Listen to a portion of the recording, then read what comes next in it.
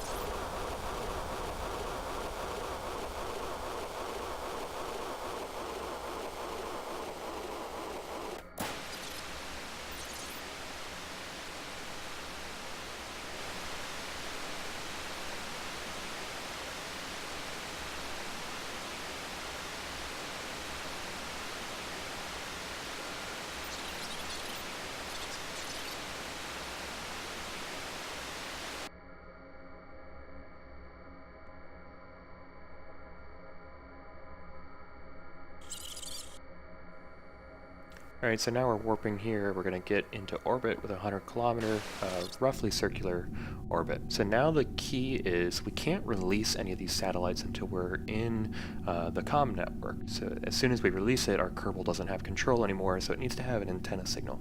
So we're going to warp around until we can see the KSC again, and I want to do this as early as possible, such that when the inclination change burn happens, we're guaranteed that we'll finish that inclination change burn while we can still see the KSC. So here I'm just warping forward until we get that green line right there, and then we're going to release this satellite and burn to get a 33-degree inclination. I typically do this just by holding normal attitude. You can set this up as a maneuver node, but I find it hard to tell what your final inclination is for a given maneuver node, and so just burning normal means that we can repeat this for all 4 satellites very reliably.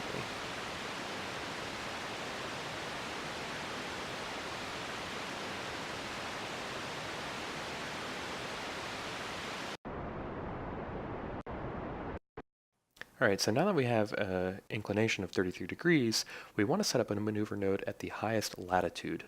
We're going to extend our apoapsis out to 4920 kilometers. But we have to be careful about doing this because we need to be able to have control signal, so we need to be within the comms network.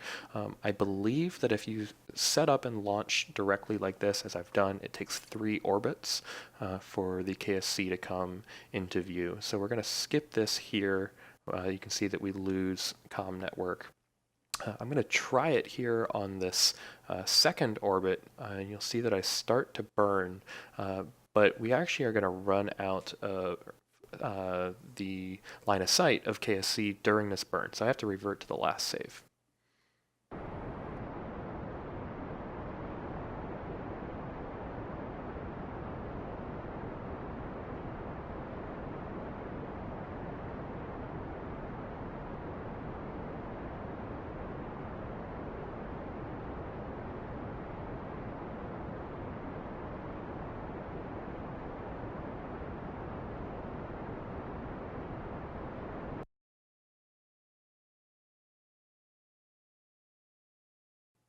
All right, so we're going to go one more orbit around and then make our burn to raise our apoapsis.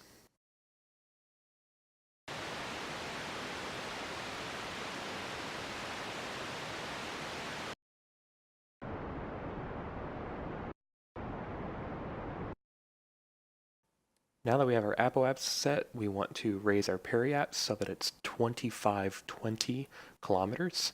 The nice thing about this elongated orbit here is that we're now constantly within visual range of the KSC.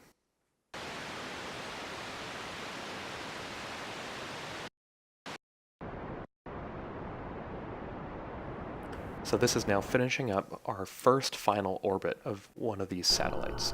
So now we're going to switch back to our orbital launch vehicle, and we want to try and line up this inclination. So the idea is the longitude of the ascending node for all 4 satellites should be 90 degrees apart.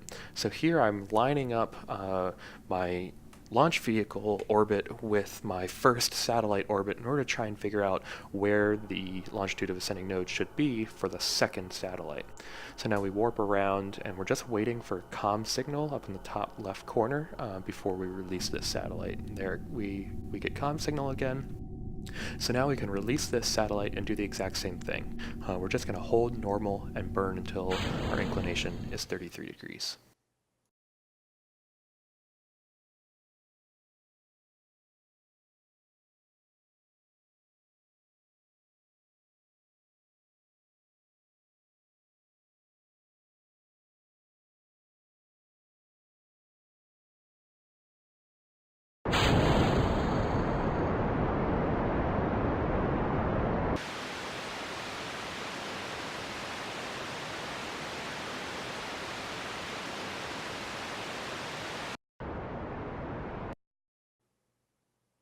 So now I want to make sure that these orbits are actually aligned. So I'm going to use the set target, and I'm going to try and create a maneuver node here and use the apoapse and periapse in order to line up these 2 orbits. So I'll set the maneuver node here, and then you'll see me using precise node to play with the exact timing of this maneuver node so that the prograde and retrograde markers are perfectly parallel with the actual orbit. And once I get that done, we can extend the apoapse. And so again, we're going to match out to 4920 kilometers.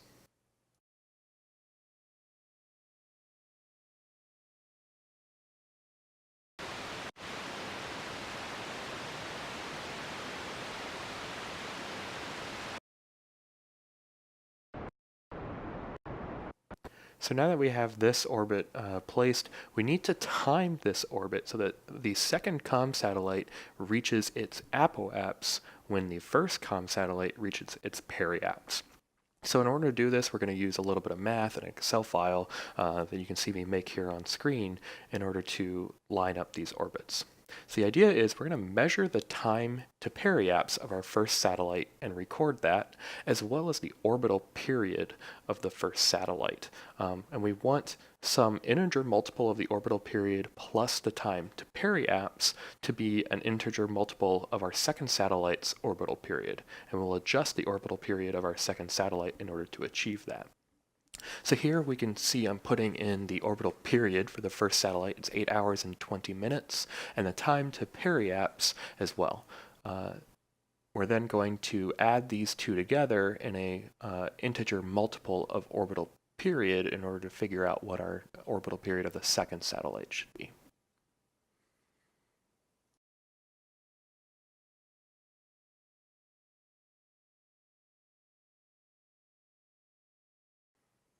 So here we're going to try 2 orbits of the first satellite plus its time to periapse in order to make sure that we're at periapse for this satellite. So we do also want to know what our current time to apoapse is for the first satellite so that we can subtract that off of the time to periapse of our first satellite to get an accurate alignment.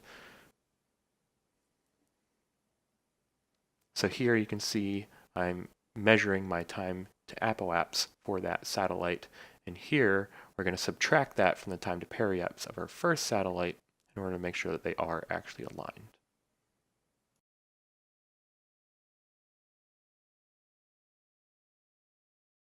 So now I'm putting in the orbital information for the second satellite. I find that it's easiest for me to compare orbital periods with the period that I already know. I'll add 35 minutes or whatever. So here we're going to divide the number that we calculated after 2 orbits for the first satellite by 3, and that's the orbital period that we want for our second satellite. So now our second satellite with this new orbital period, in 3 orbits, it will go around and reach its apoapse again, while our first satellite will reach its periapse after 2 orbits at the exact same time. So here we're going to raise our orbital period in order to achieve that. We'll go around once.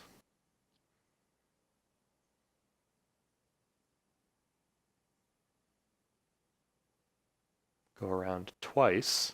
You can see that the satellites aren't quite aligned yet. We need to wait 1 more orbit.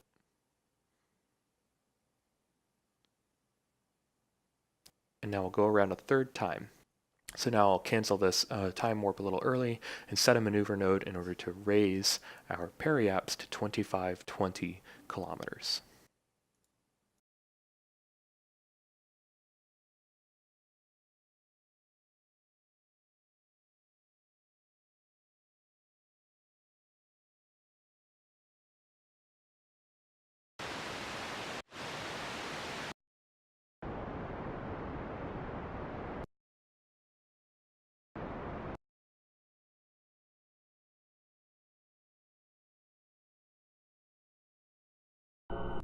So now we're going to put our 3rd and 4th satellites into their orbits. So here we're going to select one of our first satellites and set it as a target in order to figure out where we should burn in order to make our inclination 33 degrees. So here we're going to line up that apoapse and periapse, and you can see I'm just trying to line this up here effectively, and that way we can just know roughly when we should burn to increase our inclination. Generally I burn about 1 minute before. As long as they're all consistent, it'll be within tolerance for this tetrahedral constellation. So now we can detach this satellite, switch to it, select our normal attitude, and then burn to increase our inclination to 33 degrees.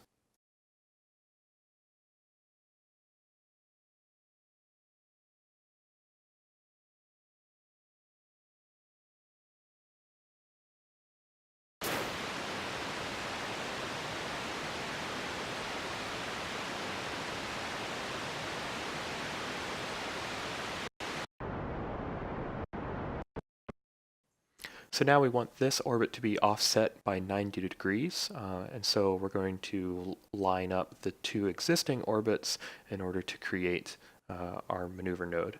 And we can see that we want the second set of 2 satellites to have their apoapse in the northern hemisphere, while our first set of satellites have their apoapse in the southern hemisphere. So we're going to warp around, set our apoapse to 4920 kilometers.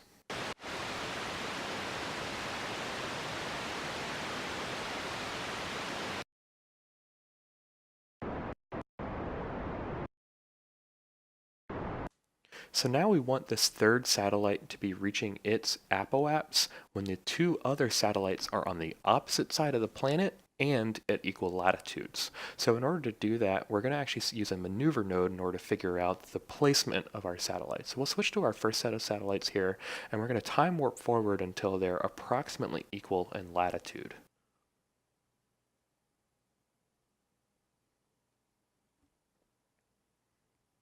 So the first one's coming down, the second one's going up. So about now, they're approximately equal in latitude. So we're going to set a maneuver node right behind where this satellite currently is. And the nice thing about the maneuver nodes is it tells you how long until you reach that maneuver node. So this gives us a nice way of figuring out how long it's going to take to reach any particular part of our orbit, any particular position within our orbit. And here I'm not actually changing the velocity, I'm just using this as a timer.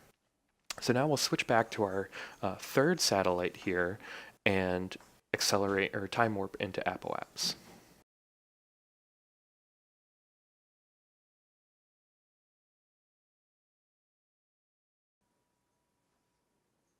So now we're going to do the same thing where we use integer multiples of one orbit and setting the orbital period to be an integer multiple of whatever that value is. Generally, it's off by 1. So if the first satellite needs 2 orbits to complete and the satellite that you're trying to set, you want to do in 3 orbits. But here I actually messed up because I want my first 2 satellites to be on the opposite side of the planet to this third satellite. So I'm actually going to skip now back to my 4th satellite and not try and fix the 3rd one right now, because it'll take a little bit more delta V in order to fix that. So instead, we're going to switch back to the 4th one here.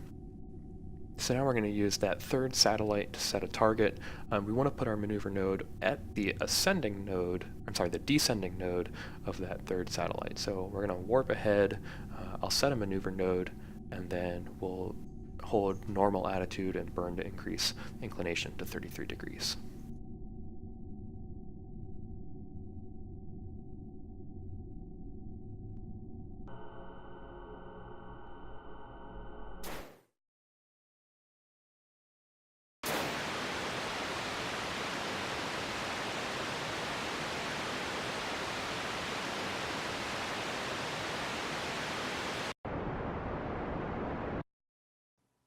So now we'll set this as our target again, and we'll use the camera angle trick in order to make sure that our retrograde markers are parallel, and we want to make sure that our apoapse is in the northern hemisphere of Kerbin. So here's our camera trick. We're going to play with the timing of this maneuver node in order to make sure everything is parallel, and then burn to increase our apoapses up to 4920 kilometers.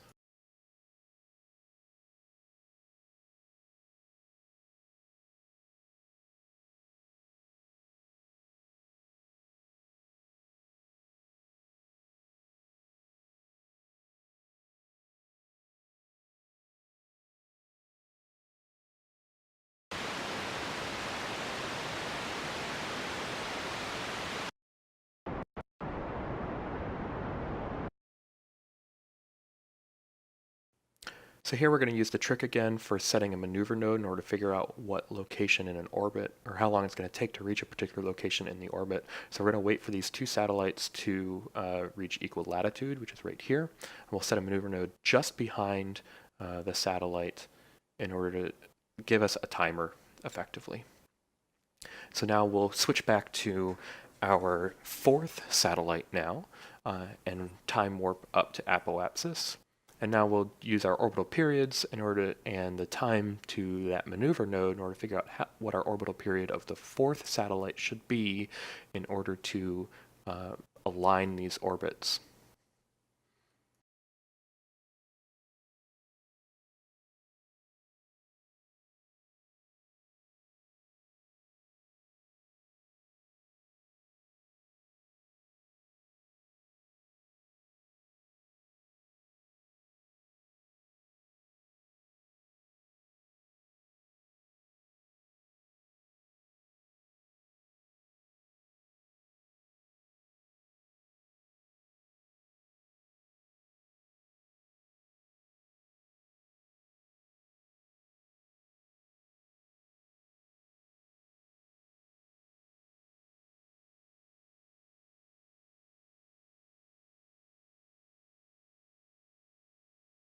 So the way these orbits worked out is we don't need a full orbit of that first satellite. No, that's why we have that 0 there. Instead, we can just change the orbital period of this 4th satellite such that after 1 additional orbit of the 4th satellite, all the other satellites will be in the correct position. So we'll go ahead and do that here. We'll warp to apoapse, adjust our orbital period, and then warp 1 orbit around, set a maneuver node, and change our periapse to be 2520 kilometers.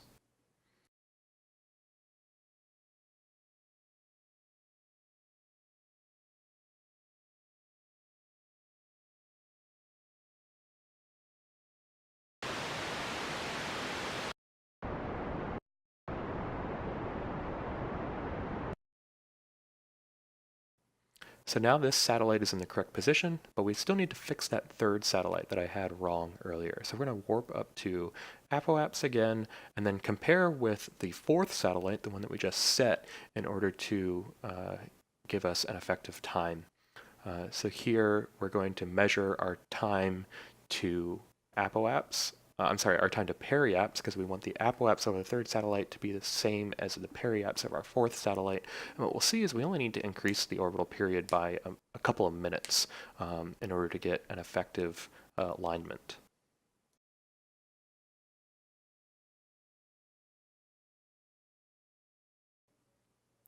So now we'll adjust our orbital period. You see I overshot here a little bit. We'll do one orbit around and then set our periapse to 2520 kilometers in order to finish off the entire satellite constellation.